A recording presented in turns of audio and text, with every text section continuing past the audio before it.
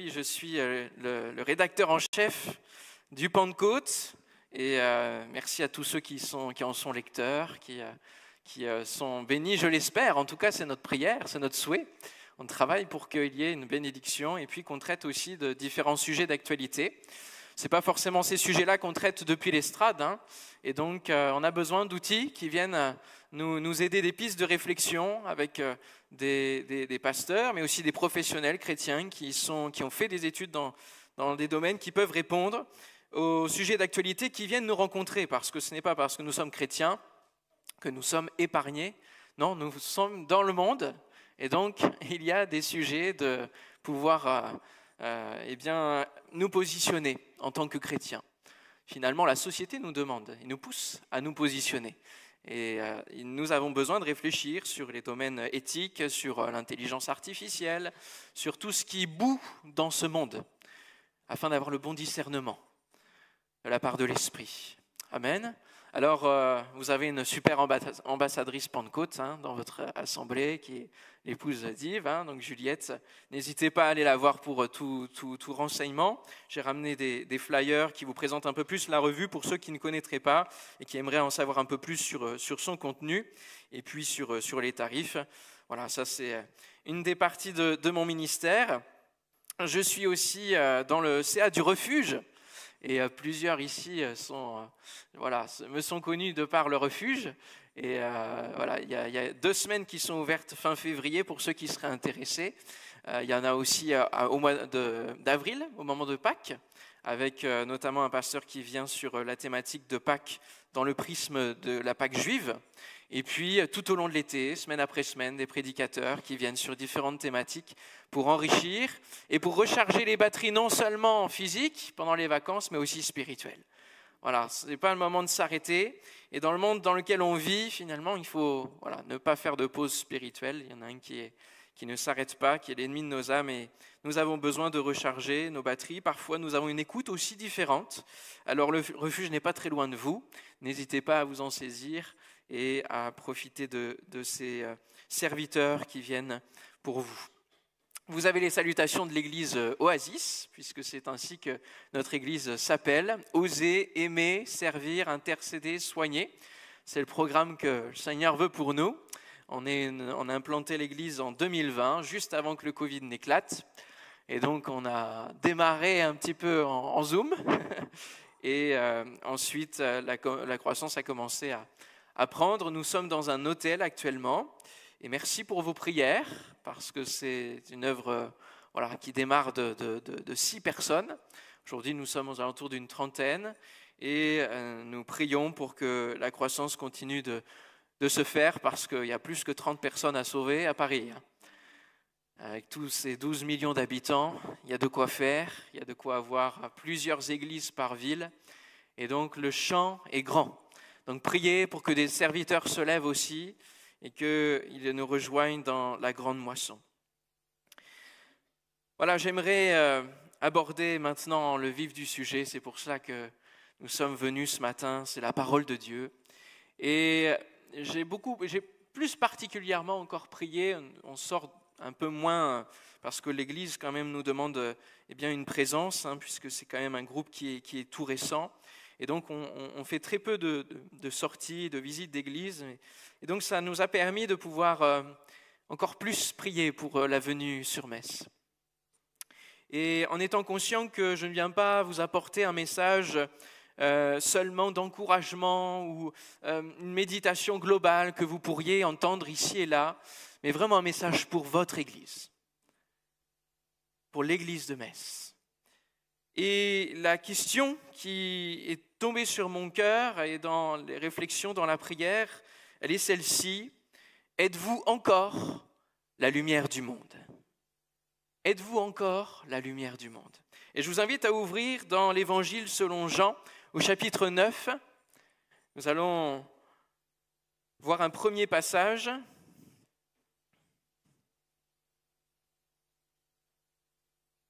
Soyons attentifs à ce que l'Esprit dit à votre Église. N'hésitez pas à prendre des notes pour ne pas laisser tomber la parole à terre. Évangile selon Jean, chapitre 9, C'est un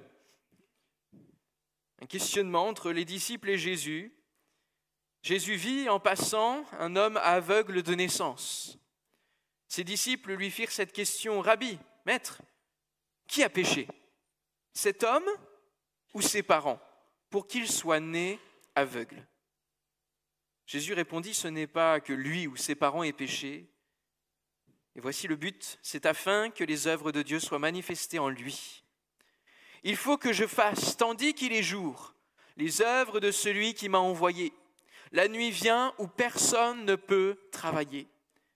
Pendant que je suis dans le monde, je suis la lumière du monde. Pendant que je suis dans le monde, je suis la lumière du monde. Jésus est avec ses disciples. Il leur transmet tout un enseignement.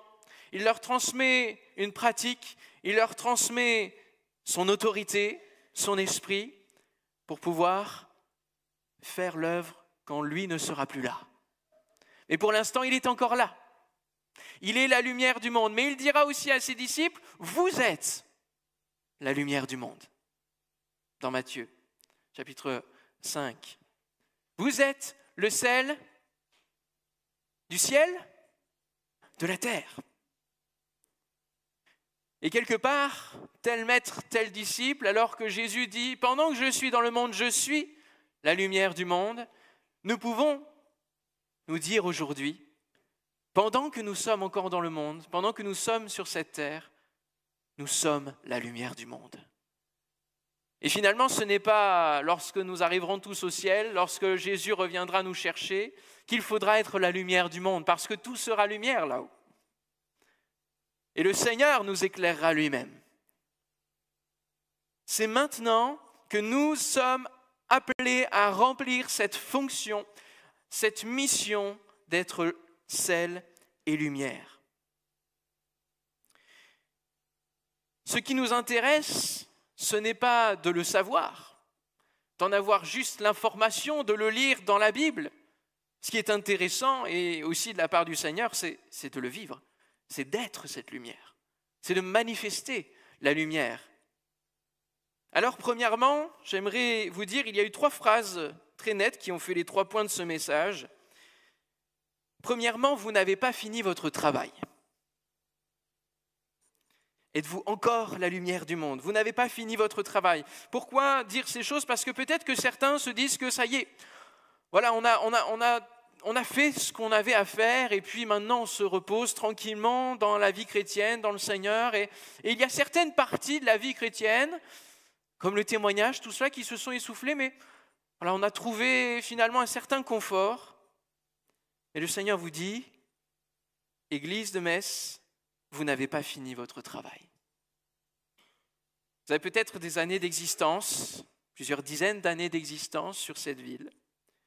Certains d'entre vous sont des colonnes dans l'Église de par leur ancienneté, leur fidélité, leur consécration au Seigneur. Il y a des jeunes, des moins jeunes. Vous avez peut-être fait des dizaines de baptêmes depuis toutes ces années. Mais le Seigneur vous dit encore: vous n'avez pas fini. Ce n'est pas terminé. Et j'aimerais lire avec vous un texte qui va vous illustrer cela, qui va vous marquer cela, qui va vous entraîner dans cela. C'est dans 2 Rois chapitre 13. Venez avec moi dans 2 Rois chapitre 13. Nous avons ici l'histoire d'un prophète qui est en fin de vie. Il est atteint de la maladie dont il va mourir. Et alors, quand il y a un prophète, en général, il y avait un roi, pas très loin. Et ici, c'est le roi Joas, qui est le roi d'Israël, et qui, conscient de la fin bientôt qui approche pour Élisée, va venir vers lui pour recevoir quelque chose, une direction de Dieu. Il va venir pour honorer ce prophète de son vivant avant qu'il ne parte. Et alors le roi Joas va descendre vers lui, pleurer contre lui et dire: mon père, chars et cavalerie d'Israël. Élisée lui dit: prends un arc et des flèches. En gros, arrête de pleurer.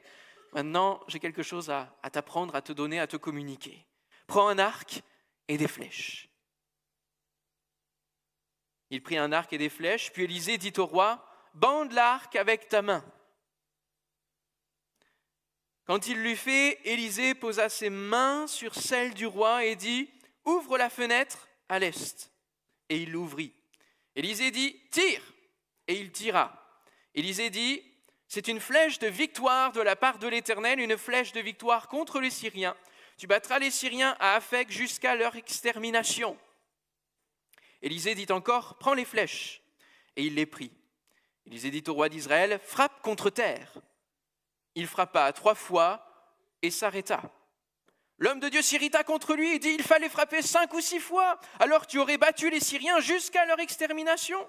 Maintenant, tu ne les battras que 3 fois. »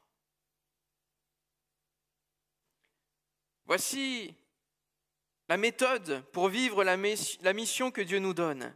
Premièrement, nous voyons qu'Élisée va poser ses mains sur celles du roi.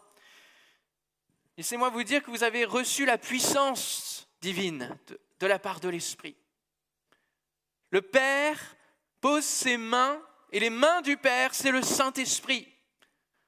C'est lui qui exécute, c'est lui l'agent qui met en place la création, c'est lui qui est celui qui exécute la parole qui est prononcée. Dieu dit et la chose arrive. Et comment la chose arrive ? Par le Saint-Esprit.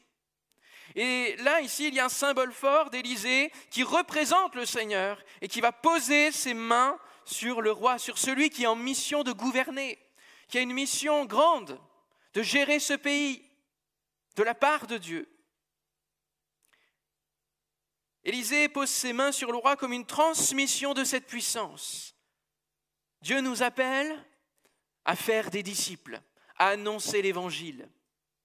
Aller et prêcher la bonne nouvelle à toute la création. Et ce n'est pas réservé à quelques-uns d'un groupe d'évangélisation, c'est pour tout le monde. Nous sommes appelés à cela. Et alors que Dieu nous appelle à faire des témoins, à faire des disciples, à être des témoins, cela ne peut pas se faire sans le revêtement de cette puissance, du Saint-Esprit promis.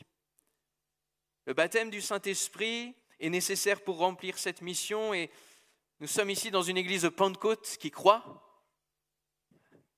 Amen. Dans la puissance de l'Esprit pour nous accompagner dans notre vie tout entière.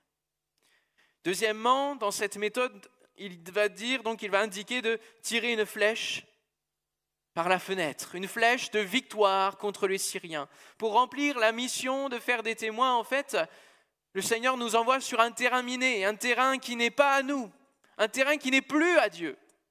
Ce monde dans lequel nous devons être la lumière du monde est rempli de ténèbres, parce que c'est le prince de ce monde qui le gère, qui veut en avoir une influence. Il y a un ennemi qui sera toujours là. Et pour Israël, eh bien, même encore aujourd'hui, il a des ennemis de longue date. Et les Syriens, pour ne citer que, parce que c'est ceux de ce passage, eh bien, ils sont là depuis longtemps. Lorsque nous lisons les Écritures, nous voyons que David, le roi David, les combat. Après, il y a d'autres noms qu'il portait avant, parce que les peuples évoluent. Mais cela représente déjà une antériorité de 150 ans pour Élisée. 150 ans de combat déjà. Aphek, là où il y aura la victoire, c'est le nom d'une ville dont on entend parler depuis la conquête du pays de Canaan, où il y a toujours des combats. Et nous sommes toujours en combat. Ce n'est pas fini. Le combat va être là jusqu'à la fin, jusqu'à ce que nous mourions ou que le Seigneur revienne. Nous sommes dans ce combat pour remplir la mission. Nous sommes dans ce combat pour tenir notre vie de foi, pour tenir notre vie chrétienne. Nous sommes appelés à libérer les captifs, à chasser les démons, à prendre autorité, à guérir les malades. Alléluia. Et si nous arrêtons, que va-t-il se passer? Lorsque la lumière arrête de briller, les ténèbres reprennent leur place. C'est une guerre quotidienne. Nous serons toujours ennemis, il n'y a pas de compromis possible, nous le savons bien, et nous luttons pour ne pas céder à la tentation. Il n'y a pas de trêve possible, il n'y a pas d'accord d'armistice possible entre Satan et le peuple chrétien. Mais il y a une victoire à proclamer. Alléluia. Et il y a des promesses pour tous ceux qui croient. Quels sont ceux qui croient aujourd'hui? Qui croient vraiment? C'est-à-dire qu'il y a une dimension dans la foi qui nous amène à l'action, qui nous amène à saisir les promesses. Et ici, dans la suite de ce texte, c'est très très important comme leçon à comprendre. Il va dire au roi, frappe contre terre. Je n'ai jamais compris pourquoi. Je suis souvent interrogé en me disant, mais quelle est l'utilité, l'intérêt de frapper des flèches contre terre? Et pourquoi Élie se met en colère? C'est quand même dingue. Quand on cherche un petit peu le contexte, qu'on regarde un petit peu comment se faisaient les choses à l'époque, nous voyons que frapper une flèche depuis la fenêtre sur l'ennemi, dans une direction vers l'ennemi, c'était lui déclarer la guerre. Donc il y avait déjà une remise en route pour cette première flèche, de déclarer la guerre, de dire non, non, ce n'est pas fini, le combat n'est pas fini, et c'est nous qui allons avoir la victoire. Et ensuite, frapper une flèche contre terre, c'était un symbole pour achever l'ennemi. Parce que lorsque l'ennemi est atteint par la flèche, il tombe. Mais est-il mort? Pas forcément. Et donc, frapper contre terre, c'était pour l'achever, pour l'exterminer.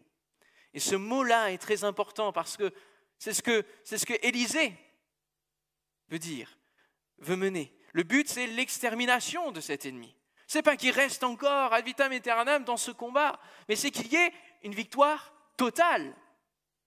Parce que la croix, c'est une victoire totale. Et jusqu'au retour de Christ, la parole nous dit que petit à petit, l'ennemi est mis sous ses pieds. Et il est mis sous ses pieds au travers du mouvement de l'Église.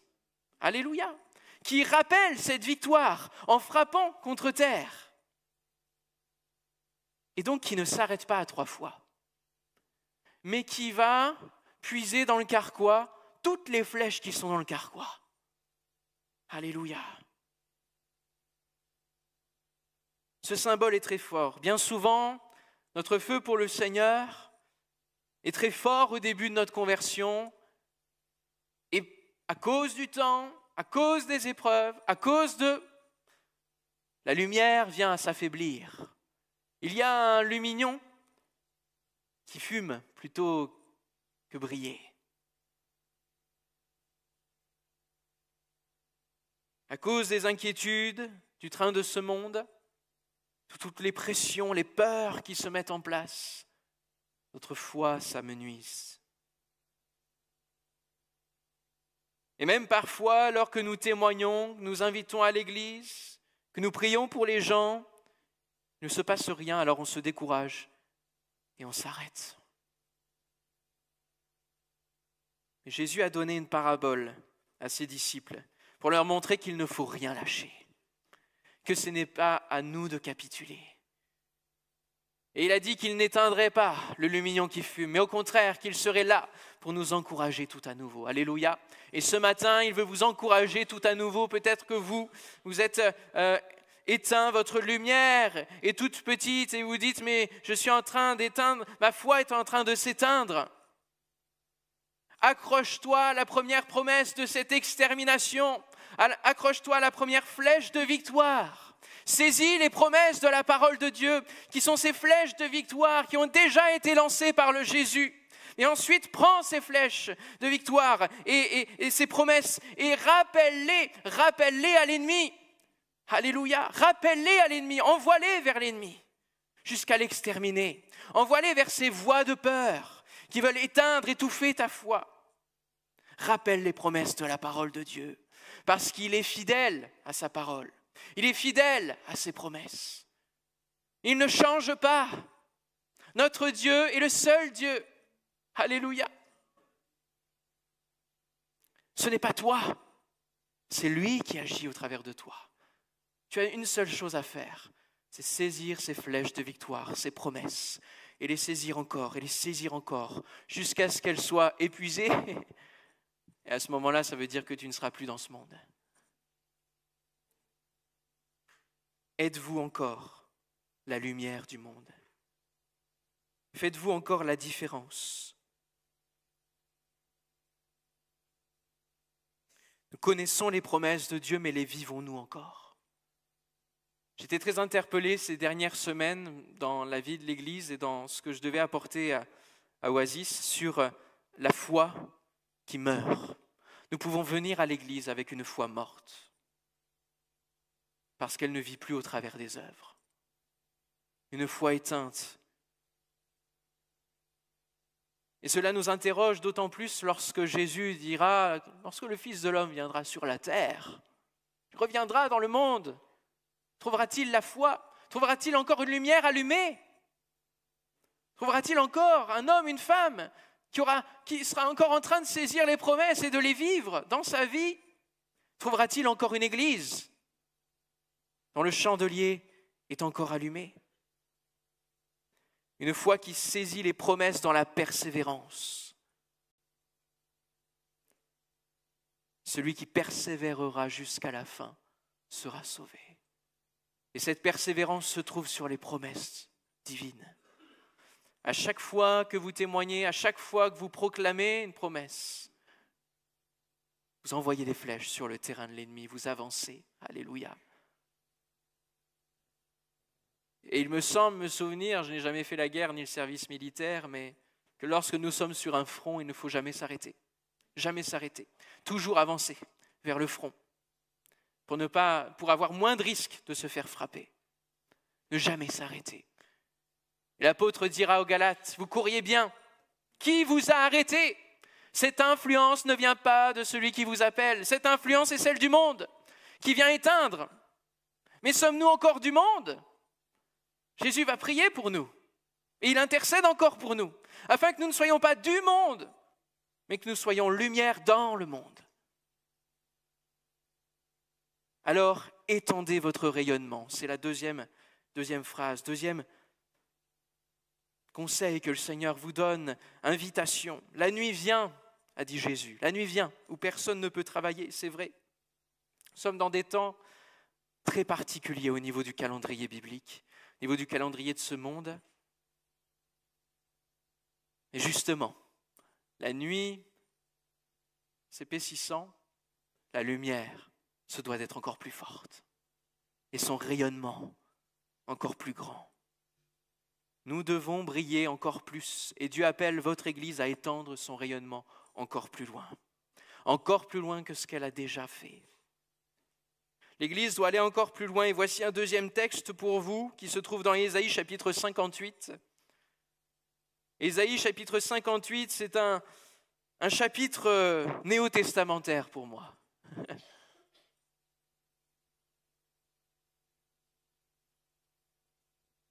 Voici votre manière d'évangéliser, la meilleure manière qui soit. Voici le jeûne auquel je prends plaisir. Ce n'est pas que vous soyez seulement tout le temps dans les querelles, non. Dans les divisions, dans les discours qui ne portent pas de fruits, dans des paroles qui ne sont plus des paroles de foi, mais des paroles qui sont des paroles de découragement, qui éteignent les uns les autres les uns derrière les autres. Es-tu quelqu'un qui allume la lumière de foi dans la vie de tes frères et sœurs? Ou es-tu quelqu'un qui va décourager le peuple? Pour cela, il faut détacher les chaînes de la méchanceté. Dénoue les liens de la servitude, renvoie libres les opprimés, et que l'on rompe toute espèce de joug. Ici, mes frères et sœurs, ce n'est pas seulement des jougs extérieurs, mais ce sont aussi la méchanceté, des chaînes de méchanceté, des liens de servitude que nous pouvons poser nous-mêmes. Partage ton pain avec celui qui a faim. Nous entrons dans Matthieu 25. Et fais entrer dans ta maison les malheureux sans asile. Si tu vois un homme nu, couvre-le et ne te détourne pas de ton semblable. Alors, qu'est-ce qui va se passer? Conséquence de cette action, de cette foi vivante dans l'action. Alors ta lumière poindra comme l'aurore et ta guérison germera promptement. Arrête de gémir sur ta maladie. Commence à louer le Seigneur. Commence à t'occuper des autres. Ta guérison germera promptement.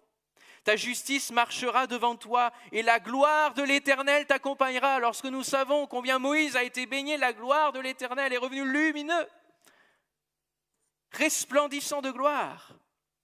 Alors tu appelleras et l'Éternel répondra. Tu crieras et il dira « Me voici ». J'aime beaucoup ce verset parce qu'il y a un autre endroit où Ésaïe va dire « Me voici, envoie-moi ». À quel point c'est l'Éternel qui te répond « Me voici » lorsque tu pries. Si tu éloignes du milieu de toi le joug, les gestes menaçants, les discours injurieux, si tu donnes ta propre subsistance à celui qui a faim, si tu rassasies la mendigeante, ta lumière se lèvera sur l'obscurité. Et tes ténèbres seront comme le midi. L'Éternel sera toujours ton guide. Il rassasiera ton âme dans les lieux arides. Alléluia. Et il redonnera de la vigueur à tes membres. Église de Metz, il redonnera de la vigueur à tes membres. Tu seras comme un jardin arrosé, une source dont les eaux ne tarissent pas parce que ce n'est pas fini. Le ruisseau de Dieu est plein d'eau. Les fleuves d'eau vive veulent encore couler au milieu de vous. Les tiens rebâtiront sur d'anciennes ruines. Tu relèveras de fondements antiques. On t'appellera réparateur des brèches, celui qui restaure les chemins, qui rend le pays habitable. Comment vous appelle-t-on aujourd'hui en tant que chrétien ? Rayonnez, étendre votre rayonnement. Ce n'est pas que dans l'église, c'est surtout au dehors. Vous avez déjà mis en place des activités, des choses qui bénissent l'extérieur, les âmes indigentes. Continuez et étendez encore ce rayonnement. Vous êtes des lumières et vous vous encouragez ensemble et il le faut, mais ce n'est pas suffisant.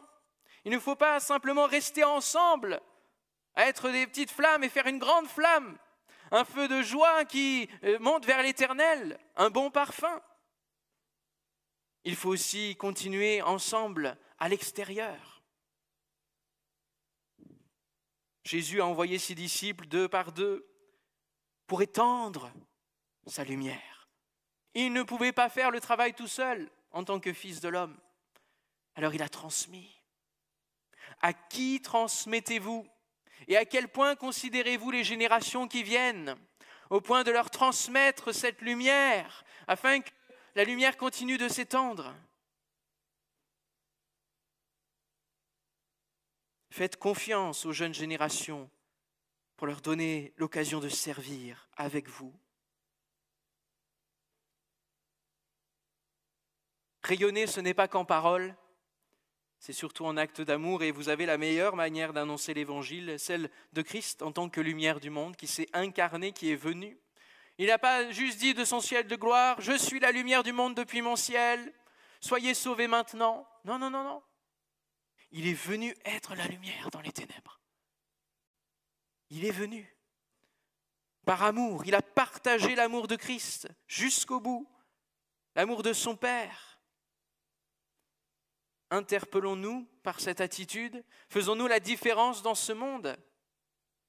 L'Église se doit d'être la lumière du monde qui marque la différence. Elle va attirer, elle va faire poser des questions, elle va déranger aussi. La lumière exprimée ne fait pas que des heureux. Elle dérange ceux qui veulent rester dans les ténèbres. Mais Dieu est avec nous. Alléluia. Êtes-vous encore la lumière du monde ? Peut-être certains au milieu de vous, vous pensez être dans le noir complet. Ne plus rien vivre dans votre foi, que votre vie chrétienne est vide de sens. Alors commencez à détacher les chaînes de la méchanceté, les jougs posés. Servez votre prochain avec l'amour du Seigneur. Reconnectez-vous au Père qui est là, disponible, disposé à vous restaurer. Demandez-lui un amour particulier pour votre voisinage, pour vos collègues de travail, un amour particulier pour la ville où vous habitez, où Dieu vous a mis. Et vous allez voir combien les choses vont bouger. Reconsacrez-vous tout à nouveau dans la prière. Et vous allez voir votre lumière augmenter. votre foi augmenter. Il faut peut-être enlever tout ce qui vous empêche d'être allumé. Le Seigneur vous appelle ce matin à aller plus loin. Je vous invite à ce qu'on prie quelques instants par rapport à cette deuxième chose, d'étendre son rayonnement, et peut-être pour certains dont la lumière est en train d'être étouffée, que ce soit extérieurement, que ce soit intérieurement. Seigneur, nous te prions et je te prie pour que mes bien-aimés qui voient la lumière depuis les ténèbres, et qui n'y ont plus accès, qui n'ont plus cette communion avec toi, dont leur foi est morte, Seigneur, je te prie pour des résurrections de foi ce matin au nom de Jésus. Seigneur, ce message qu'il puisse prendre vie maintenant au nom de Jésus dans les vies. Alléluia. Que la foi renaisse, que la foi soit restaurée dans leur cœur. Et que tout ce qui peut venir les étouffer, que ce soit l'influence du monde, que ce soit intérieurement des choses, des combats personnels ou des paroles qui ont été posées sur leur vie, je te prie maintenant que les jougs tombent au nom de Jésus, que les chaînes de la méchanceté tombent au nom de Jésus, que les propres blocages, les peurs, tout ce qui peut être là, Seigneur, s'en aille maintenant. Je prends autorité afin que ces choses s'en aillent et que la lumière de Christ paraisse. Qu'ils se relèvent d'entre les morts, afin que Christ les éclaire, au nom de Jésus. Alléluia. Troisième phrase, vous êtes des flambeaux, vous n'êtes pas des ampoules. Avec la lumière de l'Évangile, doit aussi se transmettre la chaleur de l'Évangile. Cette dimension de l'amour. Et cette chaleur, Jésus l'a incarnée, il s'est approché, le royaume de Dieu s'est approché de vous, dira Jésus. La chaleur de la lumière s'approche, de la froidure des ténèbres. Il y a une chaleur de par l'incarnation, et l'Église incarne le message de l'Évangile.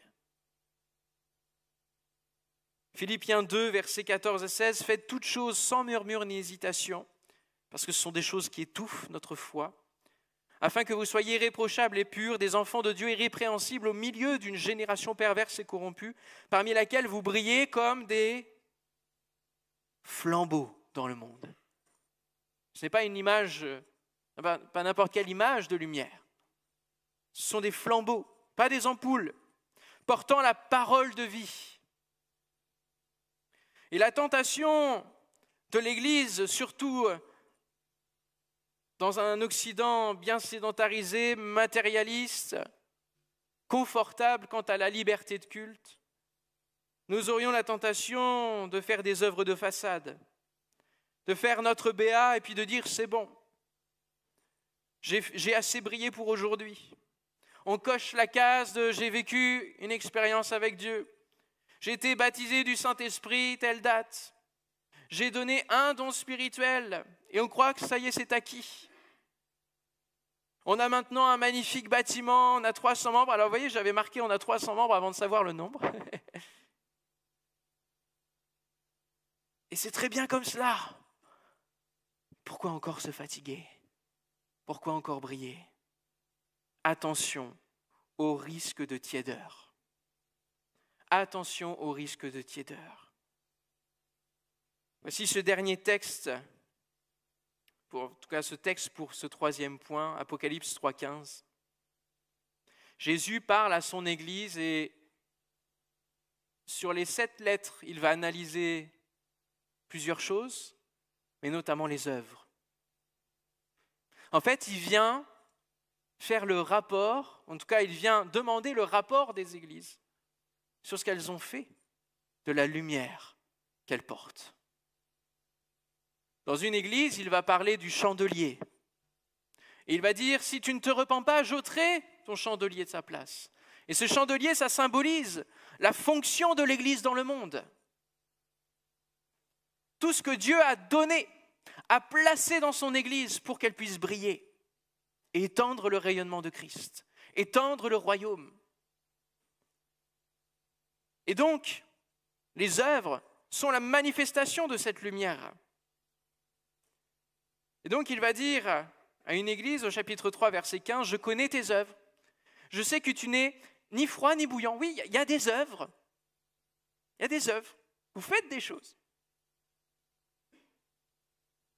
Puisses-tu être froid ou bouillant?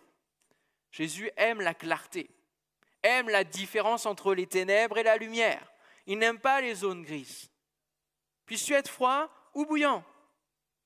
Ainsi, parce que tu es tiède et que tu n'es ni froid ni bouillant, je te vomirai de ma bouche. Parce que tu dis, je suis riche, je me suis enrichi, je n'ai besoin de rien. Et parce que tu ne sais pas que tu es malheureux, misérable, pauvre, aveugle et nu, je te conseille d'acheter de moi de l'or éprouvé par le feu, afin que tu deviennes riche, véritablement riche, de Dieu. Et des vêtements blancs afin que tu sois vêtu, et que la honte de ta nudité ne paraisse pas, et un collier pour oindre tes yeux afin que tu vois.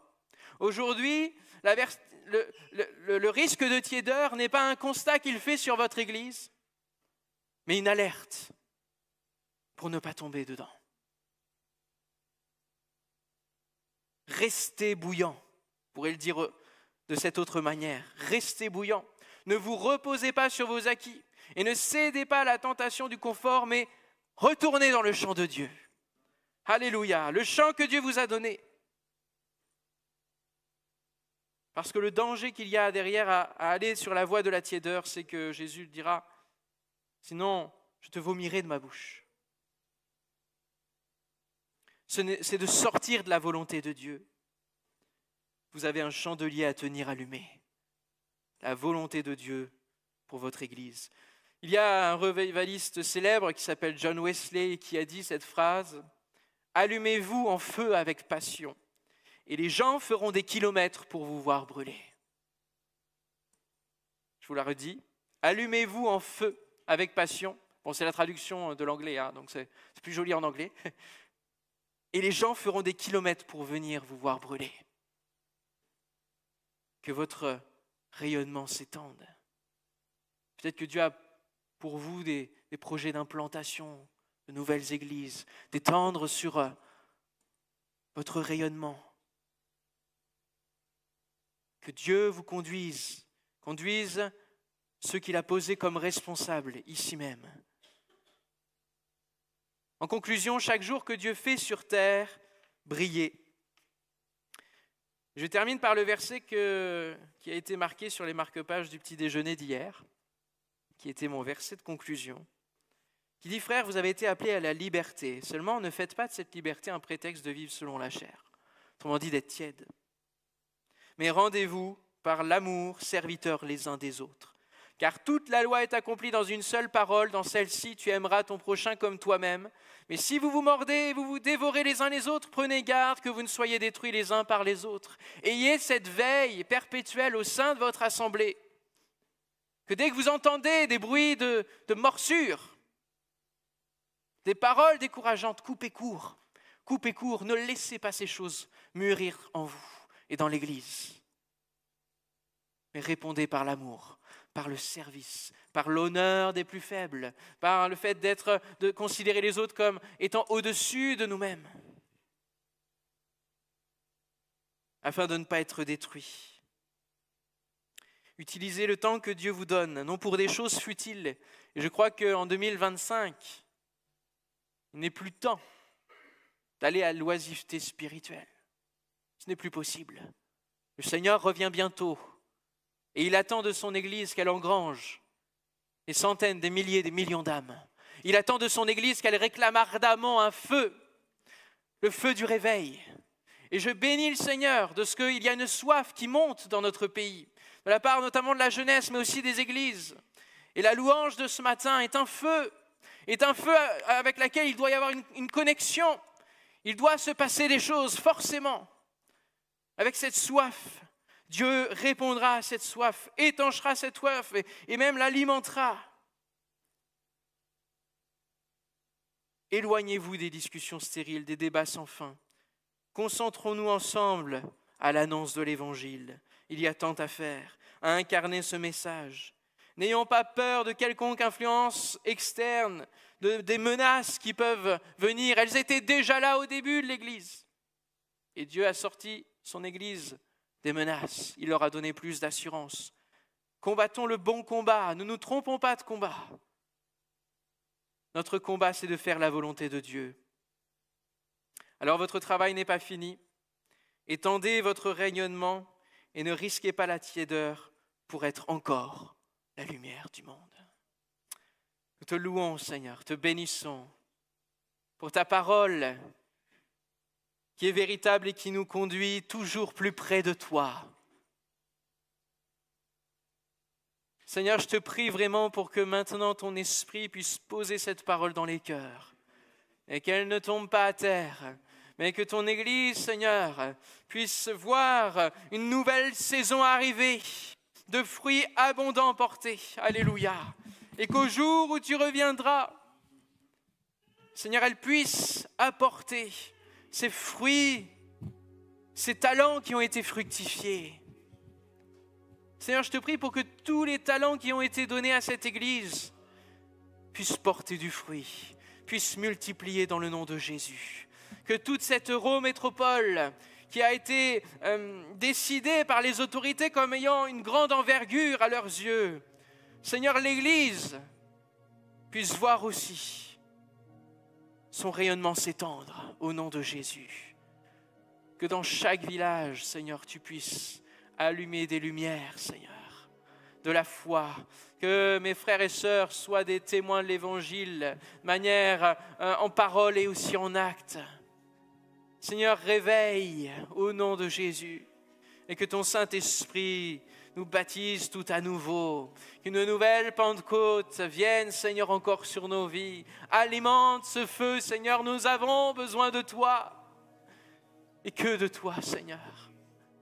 À toi la gloire, Seigneur, que ton nom soit béni. Amen.